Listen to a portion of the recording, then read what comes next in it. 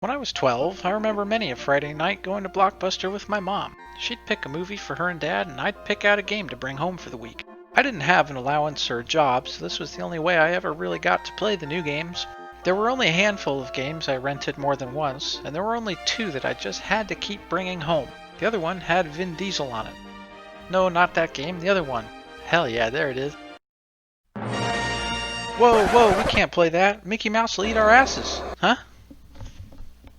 What do you mean, chew? I got kind of a Star Wars itch a few weeks ago and decided to revisit this childhood classic of mine.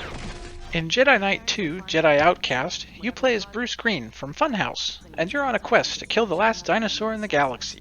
You monster. Look how cute he is. Hentai! No, but really, this is the third game in a series of some of the best Doom clones you can find this side of the galaxy, except this one was made with the Quake engine. Doesn't that break a rule somewhere? Don't cross the streams. Why? It would be bad. I'm not going to bother going too deep into the story, because I don't care about it. It's a pretty standard revenge plot, and that's all you need to know. Ha! What a dum-dum. The game definitely looks like it was made in 2002, but I don't care about graphics unless they're incredibly good or bad. I only wanted to mention it because we get funny stuff like characters showing off chimpanzee smiles when they talk. My shiny teeth that twinkle, just like stars in space. My shiny teeth that sparkle, and beauty to my face. My shiny teeth that glisten, just like a Christmas tree. You know they walk a mile just to see me smile. Woo! My shiny teeth and me. Unironic T-posing.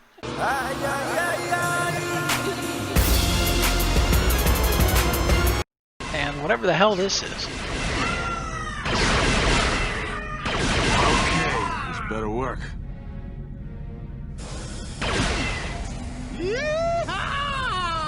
Boy, he really liked that we did that. Most of the game is an exercise in patience. Out of all the guns, only one of them is any good, and you start the game with it. Man, look at how accurate this little pistol is, though. And it helps a lot that they're not moving at all. But Dave! Nope. Just give me one hit, you shitty gun. There's gotta be. No. Oh, I hear stormtroopers. Do you like Italian food? Can I interest you in some flechette alla carbonara? Please hit one. Do you like flechette al pesto? This gun sucks too, sheesh. This gun is terrible. This is even worse than the blaster. Come on. No, seriously, they're all bad. Alright, this can't be any worse than the Costa cannon. I mean, I'm not a fan. At least it explodes, I guess. Shut up, Scope 3PO. What are you doing here? Oh, you're gonna get it. You should have listened. This gun is terrible too. Damn it. You picked the wrong house, fool! Hey! Chill!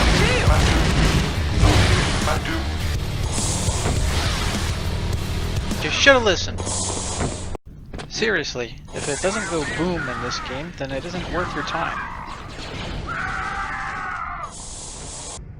Once you get the lightsaber, you can start running around, chopping off arms and hands with all the enthusiasm of a squirrel that just got into a pile of nuts. Except instead of nuts, it was a pile of cocaine.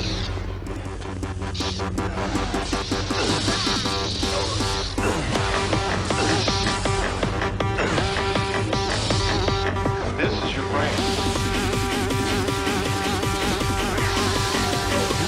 This is your brain on drugs.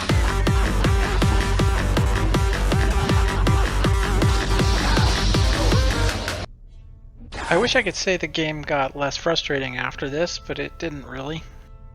Your Jedi powers, including the ability to block lasers, start out too weak to be all that useful. Plus, right after you get the weapon that can block lasers is when they decide to throw a bunch of hit-scanning, fast-shooting snipers at you, and they can't be blocked. The solution? Save scum the shit out of them until you can land the one perfect headshot that keeps you from taking a ton of damage. The game progresses and you unlock more Jedi powers as you get better at save scumming and learning how to put the arc of your swings on a path that coincides with the future corpses of your enemies. On top of this, the lightsaber duels, of which there are more than a few, are a bit underwhelming. They are flashier than an Atlantic City pimp, and they definitely look cool for the first few seconds. After that, it becomes pretty obvious that I have no idea what the hell I'm doing. This is really emphasized in the two big boss battles, both of which are easily cheesed. That's power, son, that's power. Does this man not recognize the 2009 East Coast Interstate Lightsaber Combat Champion? Save your strength, fool. Wait, is that the whole fight?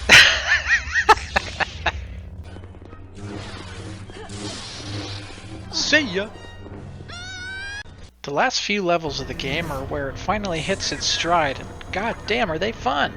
Now that you're almost finished unlocking all your Jedi abilities, you'll find that you've been elevated to another level of power, far beyond what these mere mortal stormtroopers could ever hope to be a threat to.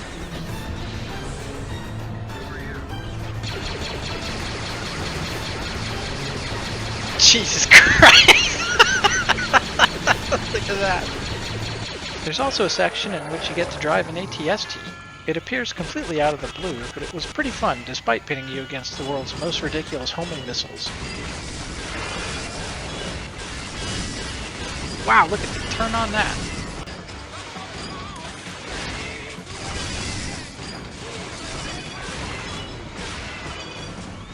In fact, it was the only set piece in the game that I'd describe as fun, rather than possibly better than getting my toenails yanked out, but I'd still have to make sure. Wait, the prisoners can die? I didn't know that. You gotta hit him! Hit him! God damn it. Last thing to do. Last thing to do. Yes!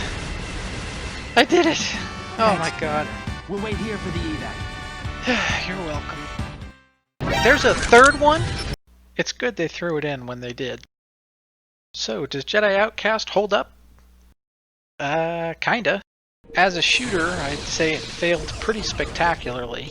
However, this isn't just a shooting game. Once you get the lightsaber, the game transforms from a bad shooter into a pretty decent lightsaber mass murderer. I came away with more positive feelings than negative ones, but like my love life, it's kind of a mixed bag. Ow! Hey, you put that in the script, though. The game starts like this.